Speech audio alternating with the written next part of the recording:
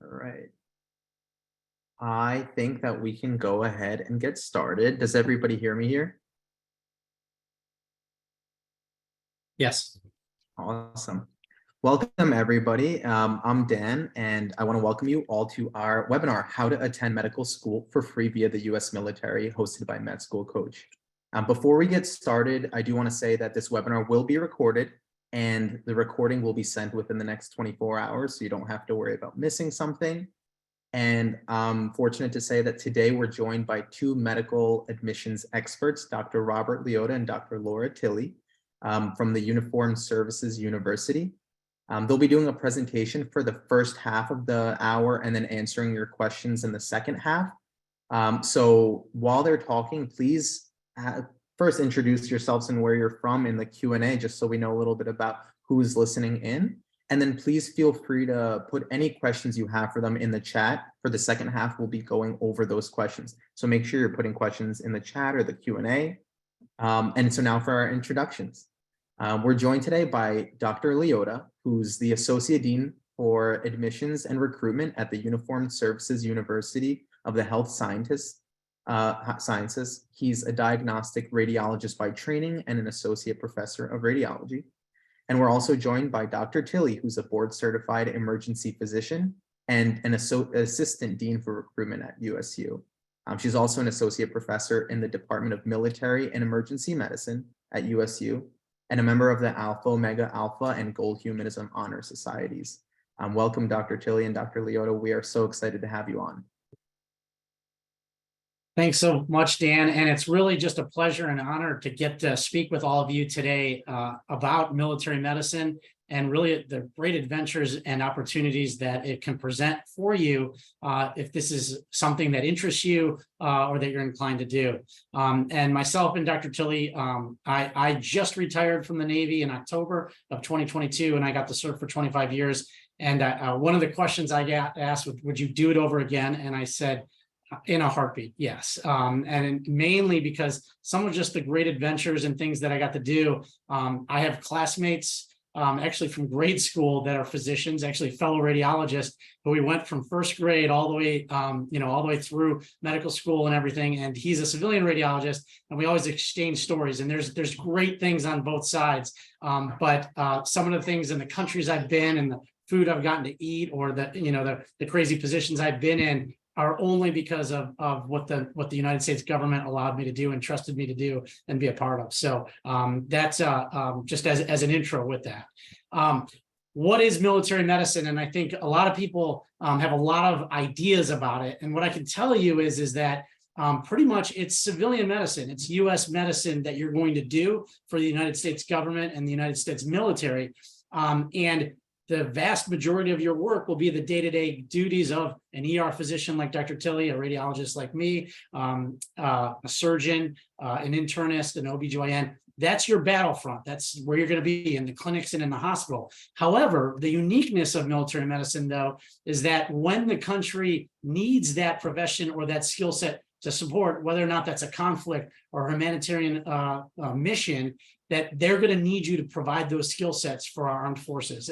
And really these pictures here, that's the uniqueness of it, is that you're going to take care of those armed forces, those airmen, those Marines, those soldiers, and those sailors that need you, that are doing whatever mission that is for our country and our way of life here in the United States with that. At the same time, you are also going to take care of those warfighters, their entire family, and you're going to take care of them when they retire and get old. And so when you think of military medicine, a lot of people think of, oh, well, I may be in harm's way, or I may have to go deployed, or I may have to do medicine in austere environments. But at the same time, military medicine's big job is also to take care of the families of those service members, and also to take care of those service members when they retire, when they leave, and when they age, when they leave the service, but are still a part of that and have given that, is our military physicians continue to take care of them. So when you think of military medicine, it's the full gamut of care from neonatology all the way to geriatrics with that.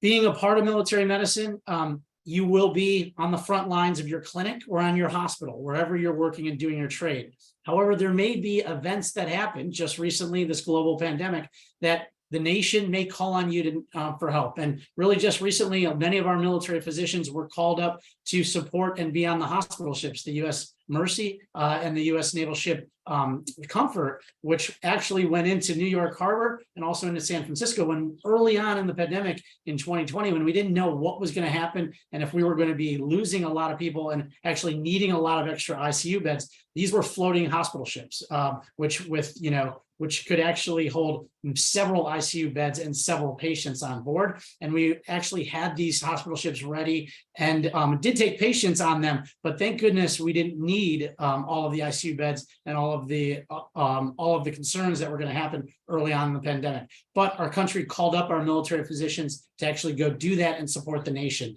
and to have that opportunity with it. Also, a few other pictures on here.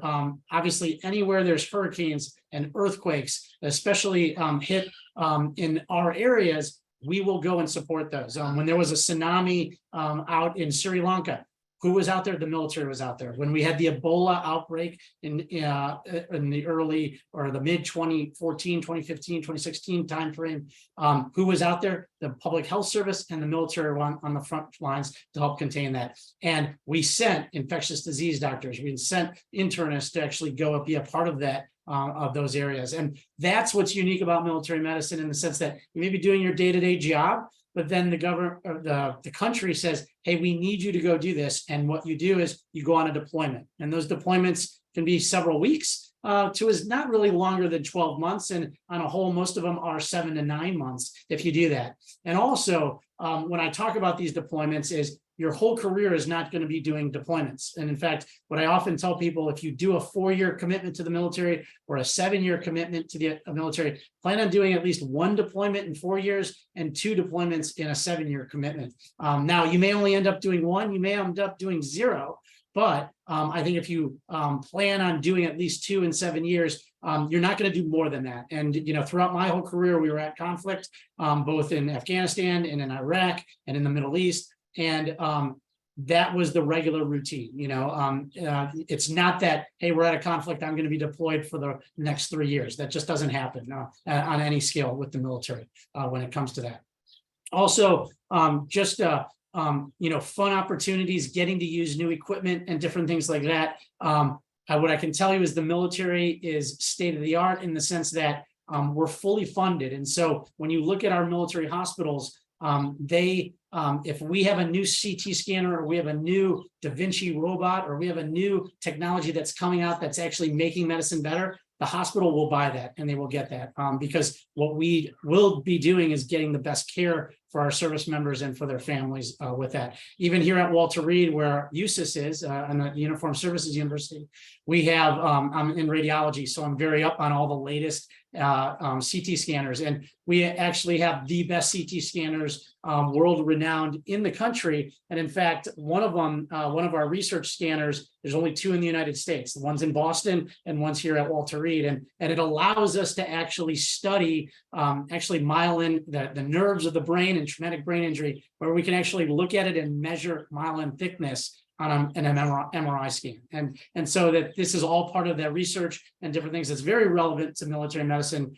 and the traumatic brain injuries from our wounded warriors that have been coming back that were a part of that. And that was one of the big reasons why we got that scanner for research purposes in just our department with that. When you think of military medicine, it's a huge military health system, like any health system in the country. Every city has big health systems, and the military health system is its own entity, which cares for about 9.5 million beneficiaries all over. And that's why we actually train so many military doctors, is to fill these roles and to fill the hospitals where we are. There are about 355 clinics, 55 hospitals that we support in military medicine. And those are the areas, if you come into military medicine, those clinics and those hospitals are going to be the places where you live, where you actually get orders and maybe live there for 2 to 3 years or even longer, based on your preferences and what you ask for when you're in the military with that. So how do you get here? And two of the big roles or the ways to get to military medicine are through the Uniformed Services University, our medical school here right outside of DC in Maryland, about 10 miles outside of the downtown district, where we have the Washington Monument and the Lincoln Memorial. Literally, you can ride your bike down there from Bethesda, where our medical school is. Also, so that's one route, is you apply to the Uniformed Services University and you apply to us just like any other medical school on the AMCAS application service. So these are all allopathic medical schools or MD schools. That's how you would apply to us. And simply just apply to us. And if you get invited for an interview, we'll walk you through the physical exam processes and all of the different aspects that are required to get accepted to our medical school. This route, if you are accepted to our medical school, free education. In addition to that, you will be commissioned as an officer, and so your salary will be as a medical student, $71,000 a year, with all of the benefits and the housing allowances with that. And that's what I can definitively say is at USUHS we have the highest paid medical students in the world with that. Not many medical schools making about that money. Not many residents and fellows making that much money. And as you continue to go in through our process, you keep going up in ranks. So our residents, our interns, our residents, our fellows all make more money than that as they go throughout and they go up through the ranks with that. In return for that free education, though, you will commit to serve 7 years after you're done training, or whenever you're not in a training status. If you were, you will give 7 years back to the military with that. The other option through the military is the Health Profession Scholarship Program, and Dr. Tilley actually used that to actually go to medical school at GW. And this is an awesome. I often tell my kids when I have 6 children, so I'm like, if you want to go to medical school, I said it's a no-brainer. You're either using the Health Profession Scholarship Program or you're coming to USUHS. This is just another great opportunity. Free education wherever you get accepted. Your tuition is paid for, and in addition to that, you'll get your stipend, a monthly stipend around $2,500 per month. And if you get the 4-year scholarship, they will give you a signing bonus with that. In return for that free education, you will then serve 4 years after you're done training back the payback. And the reason that that payback is different from USUHS and the HPSB scholarship is that the students at USUHS, as you can see, make a lot more money. And also they're on active duty, which means they get all the full benefits of having the full healthcare. They have free healthcare through the military health system. And if they're married or they have dependents or they have spouses, they are all covered with that free healthcare for that. And so it's a benefit that you get. You get those benefits in the scholarship program, but only when you're on active duty. And so those are the small nuances or the differences and really the benefits you get at USUHS are the reason why that payback time is greater with that. If you come in through our system, a lot of people are concerned and saying, well, all right, I'm joining the military, but are they going to force me to do, especially I don't want to do, or are they going to tell me what, what I can do? And what I can tell you is that when you come through medical school and you're applying to residency, it's the same autonomy that you'd have as a civilian. You get to apply to any really specialty that you want, and the military will not force you. The only defining characteristic is that you have to match to it, right? And that's the same as in the civilian sector. If you want something but you don't match, you don't get to do it. And that's the same way in the military. Now, the nice thing about the military, if you don't match, we are still going to send you to an internship and actually allow you to get a medical license. And you can then, once you have a medical license, you can be a general practitioner, and you can actually stay as a general practitioner, paying back your time until you match to the residency of your choice with that. So, and we can talk more of those nuances, but the truth of the matter is no one is forced into any residency that they don't want to do. You may not get your first choice residency, and if that's the case, the military will utilize you as a general practitioner until you do pick a residency or master residency that you want to do with it. I have a few listings here of all the residencies. We have every residency available. The only service right now that I know of that doesn't have a residency is physical medicine and rehabilitation is not available in the Air Force. They have civilian doctors that fill that, but that's really the only residency that's not available. So if that's something, if physical medicine and rehabilitation is an area that you're interested in, you may want to lean more towards the Army or the Navy or one of the other branches rather than the Air Force, if that's a top choice for you with it. Those are our rehab doctors with that residency. In coming through the system, if you come to the Uniformed Services University, we have a class of 170, actually 176 this year, because we actually have just opened up to the Coast Guard. And so the Coast Guard is now funding 6 positions at the Uniformed Services University. We actually had some test Coast Guard students the last 2 years. We had 1 in each class, and now they're opening it up that they're actually creating a medical corps for the Coast Guard, and we're going to be one of the pipeline programs to help feed that. And so I think we'll probably stay at 6 Coast Guard students for the time being for the next few years, bringing that in. But we have typically 52 Navy positions, 52 Air Force, and 63 Army positions in the class. And obviously, if you're, I'm biased, but if you are a fashionista, you certainly want to pick the Navy, because I think we have the best uniforms in that regard with it. Our mission here at USU is really to create the best physicians and scientists to care for those who go in harm's way. And that really is our vision. And everything that the school exists is to do that. It's all about that, is creating good, solid clinicians and scientists to basically support our military health system. And so I can tell you is that you have the full backing of the United States to make sure our medical school is top notch and putting out good physicians. And if we're not, Congress will hold us accountable. And in fact, they often look at the school and say, hey, is this something that the nation still needs to invest in? And I can tell you the most recent government auditing report, which was back in 2018, came out with wonderful standards and glowing recommendations that no, USUHS is well worth the investment. And actually, you can actually Google that GAO report on the Uniformed Services University. It's open to the public, but it's a long document, but that it really did a deep dive on the whole school and the benefit of it. And really, it showed that the school is producing top-notch physicians that are really supporting our military health system in phenomenal ways with that.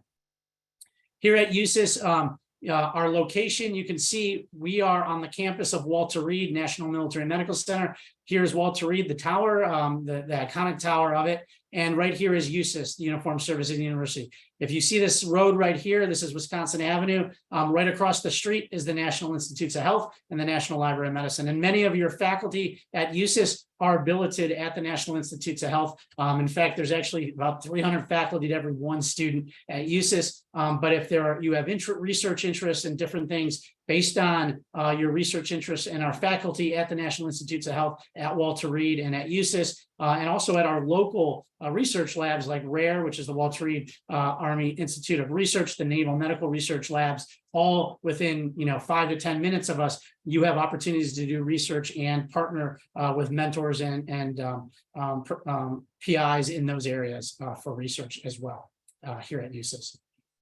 What does our education look like? And so at USUHS, we actually have a systems-based approach. And actually, we start with foundations of medicine, which is the first 4 weeks. And then we go into medical or body systems, the musculoskeletal system, the cardiopulmonary renal, the gastrointestinal tract, the neuro, and then reproductive, endocrine, and complex systems. And for your first year and a half, that's what it entails. It's those, we're going to go through those modules, and through that first, what we call the pre-clerkship phase, you will actually get a systems-based curriculum here at USUHS. Then after your first year and a half, in the winter, right after Christmas, you will actually then go into your core clerkships. And these are your core clerkships. You'll have really 3 blocks of core clerkships, which can be at really any of our military training hospitals here at Walter Reed, in our local hospitals, but also could travel as far as Hawaii, into Seattle, and different areas where we have our training hospitals to go on your core basic clerkships. This is general surgery. This is internal medicine, obstetrics and gynecology, pediatrics, family medicine, psychiatry. You'll go through all of those core clerkships. And then after you finish those core clerkships, the following year, as you're in your MS3 year, you will then take step 1. And that's after your clerkships. And you'll have a 6-week study period with that, where you'll go into your USMLE exam. And then we also have a 6-week period, which we call B3, or bench to bedside and beyond. And this is where we actually get some of our, which I'll hit on the next slide, but you'll actually do a military exercise called gunpowder at the time. Actually, Dr. Tilley led that for the last few years, and that is part of our unique curriculum, which I'll go into next.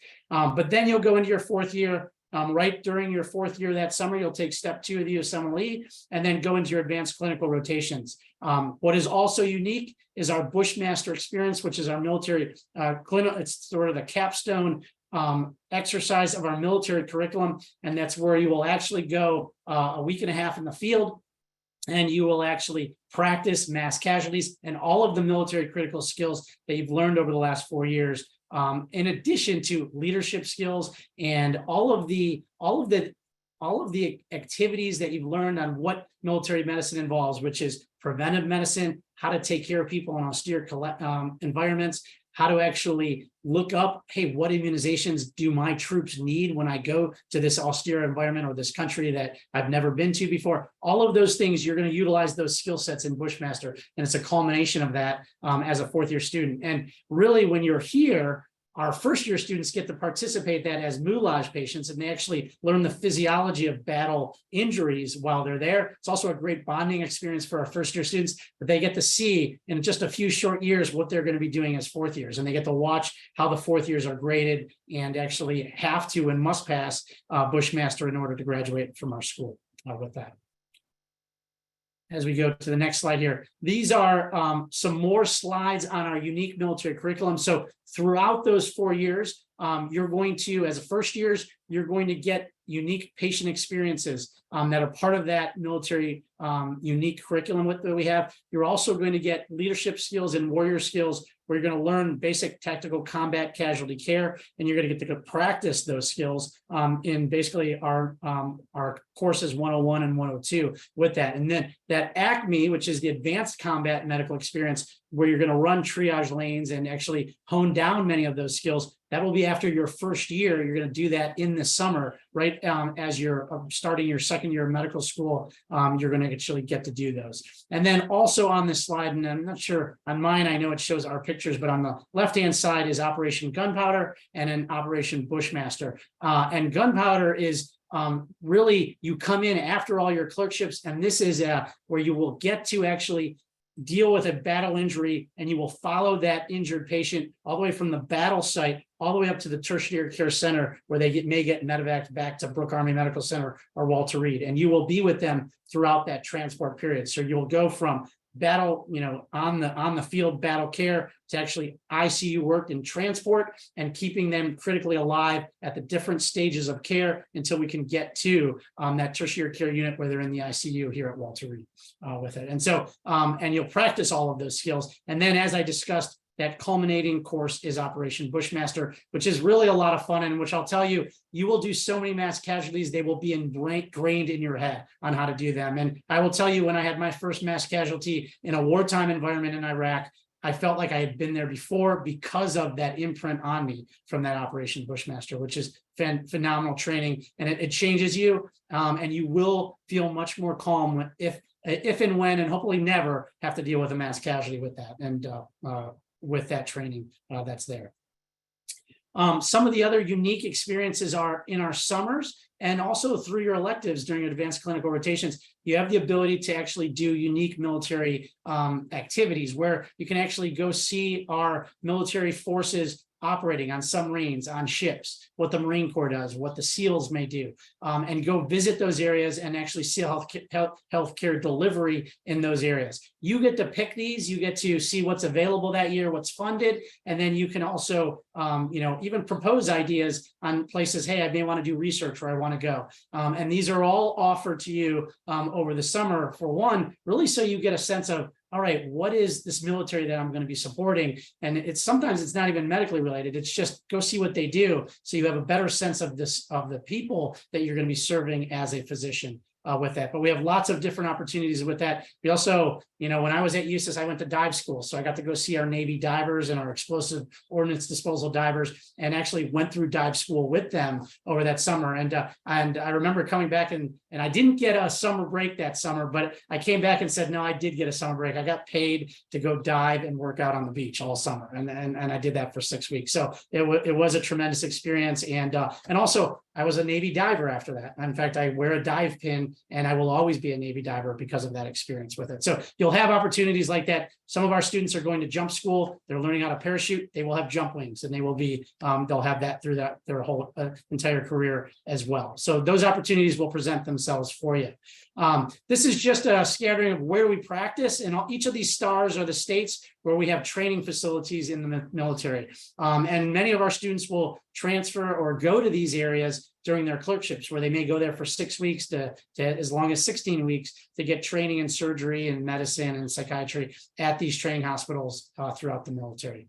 We also have overseas training sites, and many of these areas, if during your advanced clinical rotations and electives, if you want to go there, you can do it.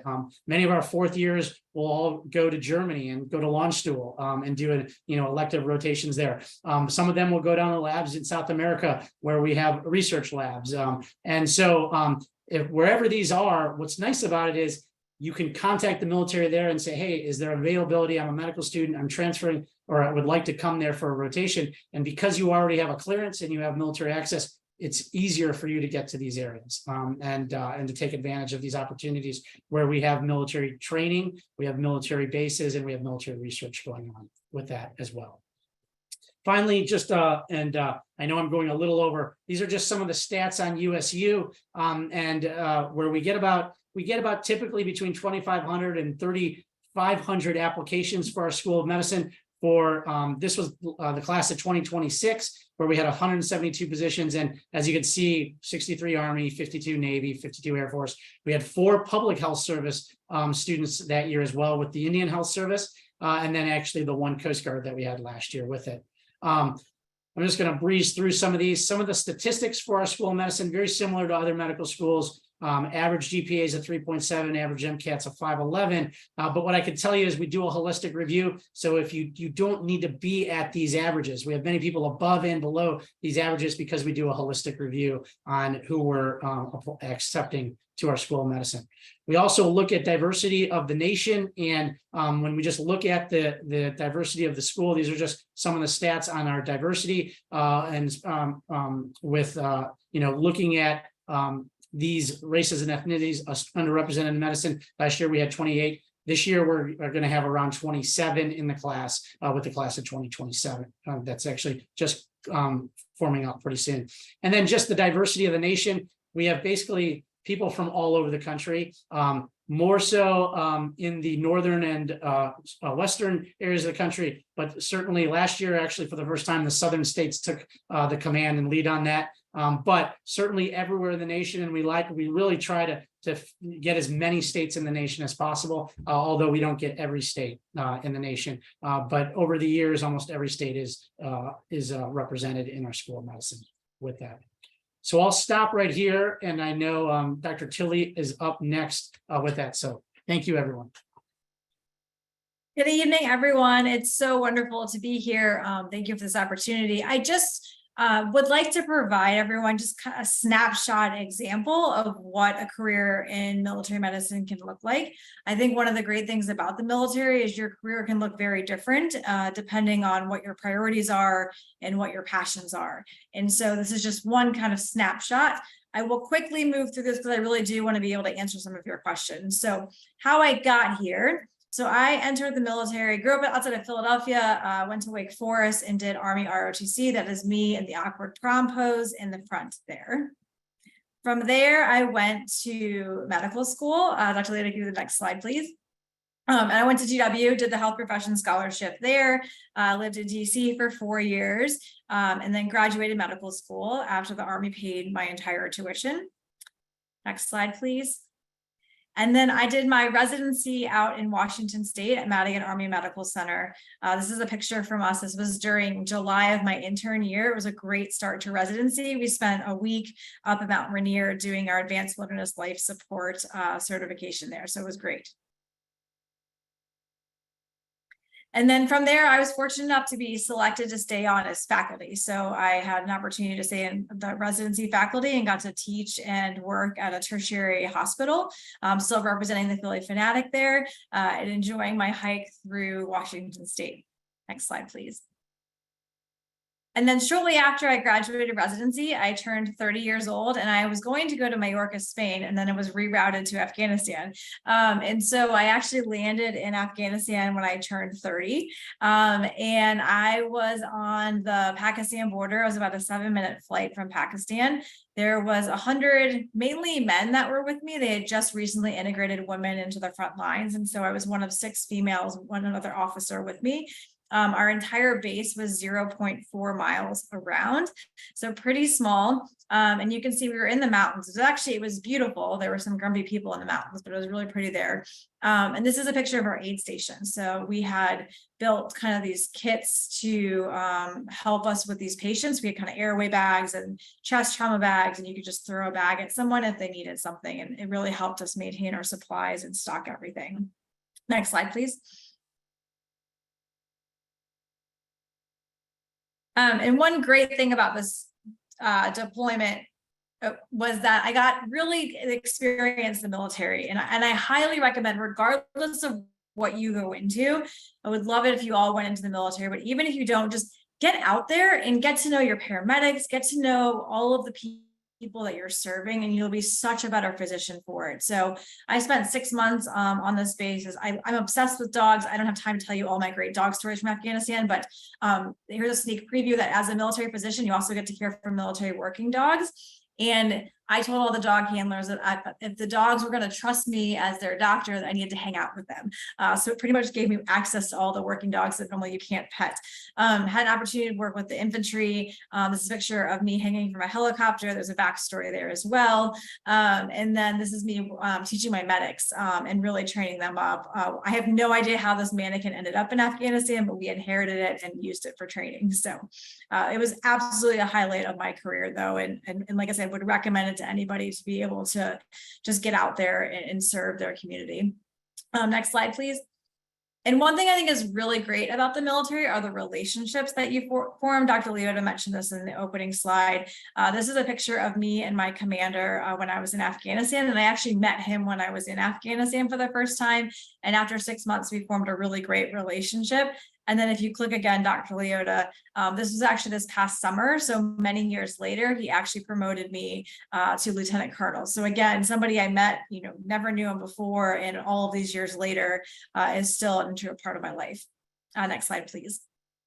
So let's go back to the awkward prom picture. There's me in the front. There's this tall gentleman in the upper left-hand corner. His name is Richard Tilley. Next slide, please, Dr. Liotta. And so we ended up getting married. So we dated in college, we were in different life places, and then ended up getting married. He was active duty as well. And next slide, and we moved to Washington, D.C., where I had opportunity to work in a community hospital. I had my first son here. His name is Ike. There's a dog thing here. I got to work the inauguration and found some working dogs. And then actually my sister, who is a lawyer, was stationed at the same base that I was. We overlapped for several months. And so it was pretty great being able to have my sister co-located. So I got an opportunity to work at a community hospital, much smaller than the previous hospitals that I had worked at before. Next slide, please. While I was there, I had a great opportunity to work on policy. And I think, again, a lot of the military I heard about was kind of this like operational deployment stuff and didn't really think about some of the other things I was able to do. This is an entire presentation in and of itself, but essentially during the opioid epidemic, we're still fighting this battle. States were sharing information about where patients were getting controlled substances. And while working in the emergency department, I realized that the DoD, the Department of Defense, was not sharing our data. So using the knowledge that I gained from the military and really understanding kind of our world, and then also just being in DC and being able to work with a bunch of different people. The VA was very helpful, very collaborative, bipartisan support. And we actually were able to change the law and do some of this policy work, which is pretty great. And again, without my experience in the military, I would have no idea even where to start with fixing this system. Next slide, please. And so after I left Fort Belvoir, I had the opportunity to come up to the Uniformed Services University, which is in Bethesda.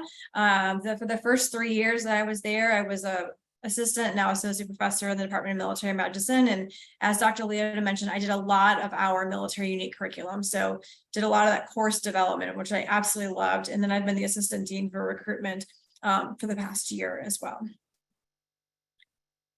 Had some great opportunity to do some research here. There was a student actually who did their summer operational experience down at Fort Bragg, which is where they do the special operation medic training. He is brilliant West Point engineer, and he walked up to a bunch of the medics and said, "What can I design for you?" And they said, "We're really bad at keeping patients warm." And so he came home and he drew this picture in my office. I had been at USUHS for about a month and a half. And he draws this out. I should have taken a picture of this, but around this picture is a bunch of physics equations. And he hands me this notebook and he goes, "Ma'am, do you have feedback for me?" And I said, "Brad, this looks great. Like, I'm like, how can, like, I don't know what these numbers mean. And like these letters mean, like, how can I help you?" He's like, "Oh, we need a faculty advisor." And I was like, "Oh yeah, I can totally do that." And so actually June 1st, we just filed our international patents. So we filed in the United States, Europe, and Canada, which is pretty cool. And we're very close to securing a significant amount of funding for this device. This is something that I am not an innovator before this. I think that just being, again, at USU and in the DoD, it's just a tremendous organization with a lot of resources. There's a very famous surgeon who developed this device called Roboa, who is, kind of a medical, everybody knows him. And he was a mentor of mine in this process and just kind of walked me through how to do this. And like I said, having the support, the funding, the resources to be able to take something from a medic that needs it, be able to collaborate with other people, and then be able to patent it is just pretty great. So thanks. And then finally, I think a big thing is, just having support, and whoever is in your family structure, it for me has been very important. And I wouldn't be able to do this without my husband. My husband actually no longer is active duty in the Army. He is a federal employee. And then we live actually downtown in Washington, D.C. I live about 3 blocks from the Capitol. This is Ike on the right. He just turned 5 last week. And then this is Eleanor. She is 2 going on about 16. And the main reason I'm hiding in my office right now from her. So, but again, I get asked a lot, especially as a woman, can I have kids? How am I going to do it? And I can just tell you can do it. And there may be, some times where your kids are sneaking up on the computer and you're, feeding them as many crackers as you can. But at the end of the day, the military is extremely supportive. I felt very supported in my career and in my personal life. And as Dr. Liotta mentioned, I would do it all over again. So with that, here's our question slide. Again, there's a theme of dogs here. Maybe I should have been a veterinarian, but we are here to answer your questions. I realized I rushed through some of that, but again, really want to give you all the opportunity to talk, and I'd love to hear from you. So thank you again for the opportunity to talk to you about my career so far. Dr. Tilley and Dr. Liotta, that was a fantastic presentation. We have hundreds of viewers from across the country and from across the world too, who I'm sure learned so much from you so far. We still have more to go. We've been getting many questions in the chat, and we want to get to as many as possible. I just want to take a minute for you all to scan this QR code where you can ask your questions as well, make sure we get to them. And you can book a free session with Med School Coach as well to learn about our resources. So both of you as admissions deans, you've given viewers information about how to go to medical school for free. At Med School Coach, our goal is to help you get into medical school in the first place. So we offer many free resources like our MCAT podcast, things online as well. You could work with an admissions expert who's been on an admissions committee before. You can work one-on-one with the MCAT tutor. So we offer a lot of free resources, and feel free to scan that QR code to book a free session. And so to start with our first question, the question is for Dr. Liotta. What are some of the qualities and characteristics of the students that you most often accept to USU? That's a great question. And so really, like most medical schools, the AAMC actually has traits that they look for in medical schools. And I think if you haven't looked in the anatomy of an applicant, definitely look at that, because we obviously like all those. And I think all medical schools like the anatomy of an applicant from the AAMC.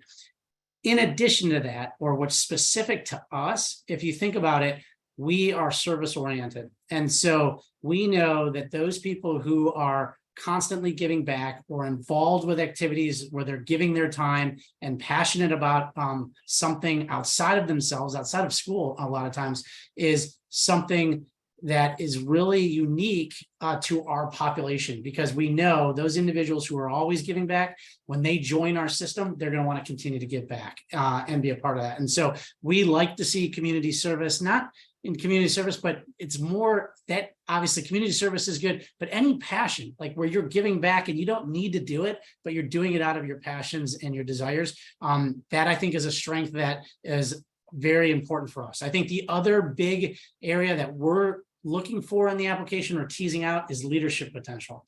And because we know every physician is going to be a leader, but especially in our system where you're going to have soldiers and medics and corpsmen who you're going to mentor, you're going to take care of as a leader, and you're going to be relied upon as another officer, just like our warfighters. And so we are looking for that woven into the application. And that may be the way you describe an activity, like you may be a waiter or a waitress, but you are trusted to train others, or you're trusted to close the restaurant, or you're trusted to open the resident or fill in for the manager when they're not available. Those are all subtle leadership activities and traits that we're looking for with it.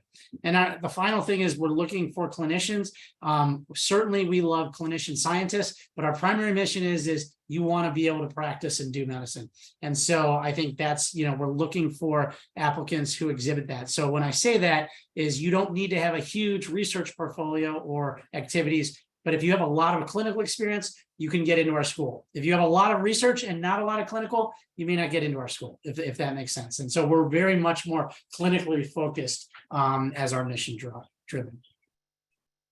Yeah, that was a great answer. And so kind of going off of that, a question for you, Dr. Tilley, is what type of activities do you see students doing? And what kind of do you look for in terms of getting really integrated with patients and seeing what medicine is like? What kind of activities do you really enjoy seeing in applicants to your medical school? I think the biggest thing is to be passionate about what you're doing. I think sometimes we have a tendency to want to do, 20 different things for an hour, but I would much rather see an applicant that has, 4 or 5 core experiences that clearly mean a lot to them. And that doesn't mean you have to be, president of a country that cures cancer and freeze, breaking thing, but someone who has passion for what they're doing, somebody who, again, is committed to service. And I think as well, leadership can really help you. And again, that doesn't need to be president of the club, but maybe it's the manager that, opens and closes the restaurant, has that extra responsibility and can speak to their inter and interpersonal skills and what they've learned about themselves. So again, in terms of activities, I think demonstrating an understanding of medicine and why you want to go into medicine and why you want to become a physician is certainly helpful. In addition to that, service is important. And really, I tell students there are plenty of things that you have to do to check the box. The MCAT, unfortunately, is one of them. However, there are a lot of things in your activities that you can choose to spend your time in. And so I tell students to follow their passions and, let that be your experience and really try not to make your experiences be a check the box. I have to do this to get into medical school thing. I feel like life is too short to do that. Right. And a lot of students who are listening in right now, I've seen a lot of questions about people who are currently in ROTC or some sort of military involvement or have some sort of connection to the military. I saw that you answered a question in the chat too, where, a lot of potential applicants don't have any military experience. Could you talk a little bit about, both of those situations and how a student can frame their past experience when it comes to having been in the military maybe, and how that has led them to want to apply to USU? Yeah, so again, about 60% of our students do not have any military exposure or experience, experience. So I think for students that have military experience, that may be the service academies, that may be ROTC, that may be enlisted, that may be as an officer, I think for you, it's really, again, that why and getting out the why. And I think you can really speak to why you want to serve as a physician in the military. I think also going back to leadership, a lot of times the military tends to put you in charge of things very early on. And so, capturing those experiences that you had, and again, just making it personal. I think your personal statement and your application is an opportunity to tell your story and tell who you are. And so I think especially coming from the military, again, like, why are you becoming a physician and why do you want to take this next step and then transition your career? And I Right. think for those that aren't coming from medical school, or excuse me, coming from the military, I think again, that sense of service. And I think, if there's a family member maybe that inspired them, or they've worked at the VA, or they just have always had this kind of calling to serve something bigger. Again, I think just being genuine, because I think that genuineness is going to come out in your application as well as your interviews, and more importantly, keep you on track as you're going throughout your career. Right. Awesome. This is a question I want to ask both of you, but I guess we can start with Dr. Liotta. I've seen many people in the chat write about the MCAT or GPA or things like that. We know that medical school is getting more and more, difficult to get into and more competitive, whether it's GPA or MCAT or, the personal statement or interview or just past experiences. What are those things within that category of, GPA, MCAT interviews that you look for when it comes to selecting the students that join? Because like we know, right, a lot of people are watching, but school is competitive. So what really makes somebody stand out? Right. So we do a holistic review. So, obviously a strong GPA, especially on science classes or some of more of the science-based curriculum courses. I think those are the most important, at least looking at the GPA, and also what's more recent. So I think because we do a holistic review, don't because you may have had a poor undergraduate experience, but that was 10 years ago. But now you've done a postbac and you've done different work. Those good grades or that new student you are, that's who we look at. We don't look at the old student. So I think everything is redeemable, and so don't be alarmed by that. I would say also we're going to look for, we give points for everything. So it's the GPA, it's the MCAT, but someone could have a 4.0 and a 528 MCAT and doesn't even get an interview with us, because we need to see the clinical experience. So if you need to have a lot of clinical hours, or experiences where you can talk intelligently about what you think being a doctor's like and why you think you want to do it, to do that. And I think, and it comes with time, and it comes with, talking to physicians about that. And then also distance traveled. If you've worked through college, that gives you points, and you've had to pay your own way. We look at that. We call them our bootstrappers. They put on their boots and they worked hard to get here, and we actually give extra points for that. And so we call it our distance traveled grit factor in that holistic review.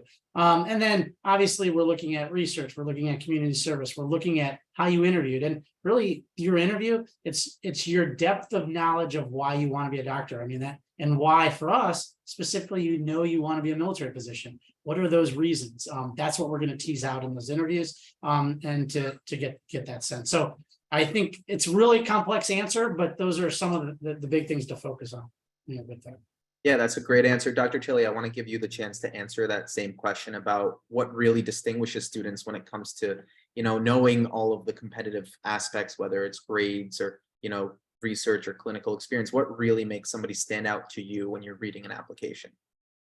I think I agree with everything Dr. Liotta said. And I think for me, it's their passion and letting that passion come through, and what is their story, and I think there's some applications you can read where it just doesn't feel like the thoughts there necessarily, the efforts there, but being able to read someone who you can just feel their love for medicine, you just want to climb through the application. We've got students that are coming in this year, and I can't wait to meet them, because it's like, oh, I just feel like, who is this person that, has done these things and clearly has a passion for this. So Yeah, that's a great answer. I know a lot of people have also been asking a lot of logistical questions about how to sort of go about next steps. Could you just do a brief next steps for someone who listened to this presentation, is absolutely ready to go, wants to apply this cycle? What would you tell them?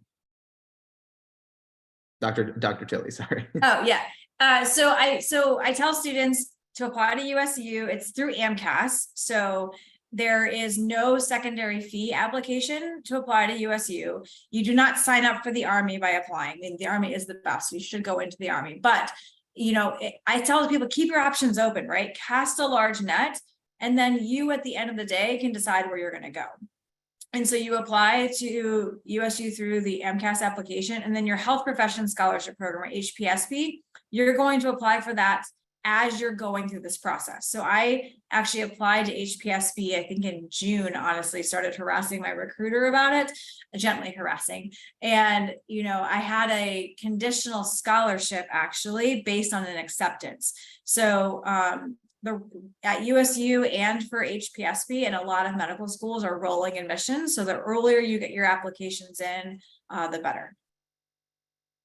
Got it. Got it. Okay, awesome. And everyone, make sure you're using this QR link because we have about 10 minutes left. We want to make sure we don't miss your questions as well. So it'll give you the chance to ask additional questions, and you should get a reply directly to your question by one of us from Med School Coach at some point, hopefully soon. Another question I had for Dr. Liotta, say somebody's watching right now who's a few years away from applying, they're maybe in the midst of college or just deciding now that they're interested in applying to medical school. What advice would you give them to make sure everything starts kind of getting prepared for the process of applying? Yeah, I would, the one thing is to start building those clinical opportunities or shadowing experiences as scribe or shadowing physicians or being an EMT or working in some clinically related field. So I think that's the biggest thing to start. And if you think about it, even if you're just doing 2 hours a week, if you do that over a year, that you start developing large amounts of hours. And I actually think, small amounts of hours over many months look better and are actually more beneficial because you will have longevity with a group or with a physician who then can ultimately, you not only have hours, you have experiences, and then they write a good recommendation for you because you've had longevity with them in several months where they've known you. So I think that's where I would start first. I think the other part is it depends on your situation. If you already have a good GPA undergraduate, and then it's a matter of focusing on the MCAT, right? But if you already have an MCAT, your MCAT is good for 3 years. So if you already have a strong MCAT and GPA, then you may be focusing on, all right, what else am I doing to give back? Or what are my passions and how am I going to demonstrate that? Or, what, now I want to do this, and making that a part of your agenda of, you have so many hours in the day, but you know what, I'm going to put time towards this because I really love this. And I want to be able to give back in this area. So I think if you're doing those areas and also just following your passions, if you love research, do that, get involved with that project, and get to see how, and that can open doors as well. So it's sort of following those passions and then, building up those key areas for the medical school application. 100%. Yeah. Dr. Tilley, a question for you here about personal statements. So when you're reading a personal statement, everyone can write something different, of course, but it's something that I think gives students a lot of anxiety in trying to decide how they're going to phrase what got them interested in medicine and why they want to apply. What advice would you give to somebody who's maybe not sure how to even start writing their personal statement or what to write about or how to phrase their passion for medicine in the first place? I feel you as you're staring at your Word document and the cursor just keeps flashing and an hour later it's still blank. I think you just, again, for me, it's the storytelling. And so I tell people, what is your story? And tell your story and then use examples throughout your life that have led you into medicine. I would say that is my standard, personal statement approach. I have read some personal statements that are absolutely the most creative things, and some people nail it and some people don't quite nail it. We had one that someone compared medical school to like a World War II Jeep or something. And it was this fascinating, incredible statement that I would never be creative enough to write. And it was amazing. I probably would just end up in some type of car wreck situation that wouldn't go well. But so for me, for personal statement, again, I think reflecting on your why, and then telling your why throughout your life and how you got there. And then I think the other thing with writing in general is just start writing and let it go and don't worry about, editing and just where it's going to go. I think sometimes you just have to let your brain, dump it on the page and then you can kind of sort through it later. But definitely spend time on your personal statement because again, that's going to separate the organic chemistries and the physics and the mathematics classes you have to take for medical school. Awesome. Yeah. And Dr. Liotta, when you're interviewing a student, right, what are some maybe red flags that you don't want to hear from somebody? And then what are some green flags, things that you really like to hear when someone's talking to you about their interest in becoming a physician? I think honesty, like genuine answers and not superficial answers. So, so if you're asked, hey, why are you interested in being a doctor? Yes, the generic answer is, oh, I want to help people or I want to do things, but I actually want to get deeper than that. If you are just superficial on that answer, it will be a horrible interview. I'll be honest with you. And so how do you get deeper into that? Well, then you personally give an example of, here's how I know I like to help people. You know what? When I was taking care of my neighbor who was a quadriplegic, here are some of the things I saw that were tough about this. These are some of the things that I really enjoyed about this. And you give an honest answer of really the good and the bad, or an honest answer of it going, I knew this was tough, but I went home exhilarated, or going, I love coming back to this. So I think honest answers, not expecting what you want us to hear, but actually being honest with how you feel about it. And I think, and we will appreciate those answers, because there's good and bad in medicine. And there are things that, if you talk to any physician, there are things we like about our jobs and there's things we don't like.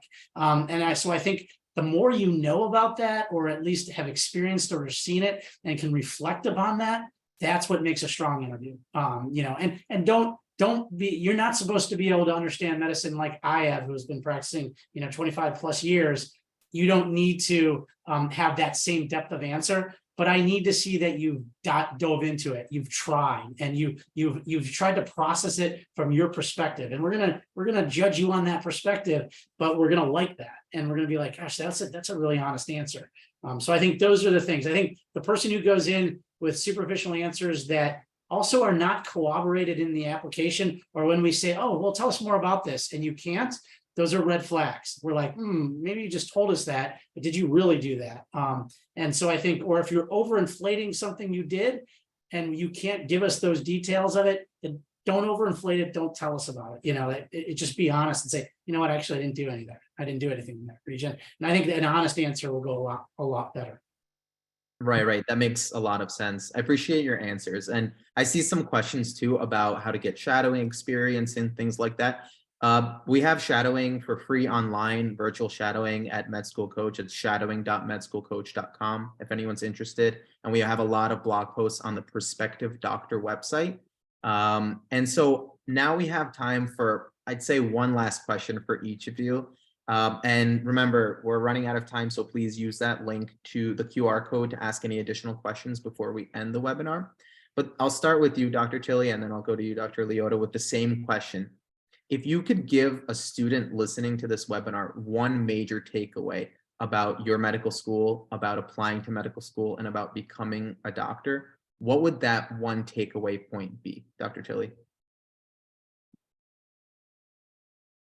I think, being a military physician has been such a great honor. And, somebody asked about why I'm still in uniform and why, I've done this. And for me, it was to be able to get people home to their families. I've been given a skill. I was in Afghanistan, and one of my guys looked back at me, and he was going out on a mission, and he looked back and he said, Doc, I know I can go on this mission because you've got my back if something happens to me. And I think you're not going to get that anywhere else. And now being at the Uniformed Service University and being able to teach students that, it's been an absolute privilege. And so, I think that's one thing. I'm going to add one more. I think that sense of mission is really, what separates the military from anybody else in the civilian side. I think the second thing is that medical school is amazing and it's wonderful. And I'm actually very jealous that all of you get to go to medical school, because I wish I could go back. Very briefly, go where you are going to fit in with the students. And I think our students at USU are absolutely incredible human beings. And so I will stop talking and give the next 30 seconds to Dr. Liotta. Dr. Liotta, your answer? Yeah, I agree with Dr. Tilley 100%. And I would say also, if you're excited about the adventure and the unknown opportunities, and you're willing, to say, gosh, you know what, I have this great skill, I'm going to learn how to do and help other people, but you also have this innate drive to say, you know what, I want to give this back. And if my country asks me to do something I may not want to do, but and it may be fun, but it may not be fun, but I still want to give it back because I've worked this hard for it.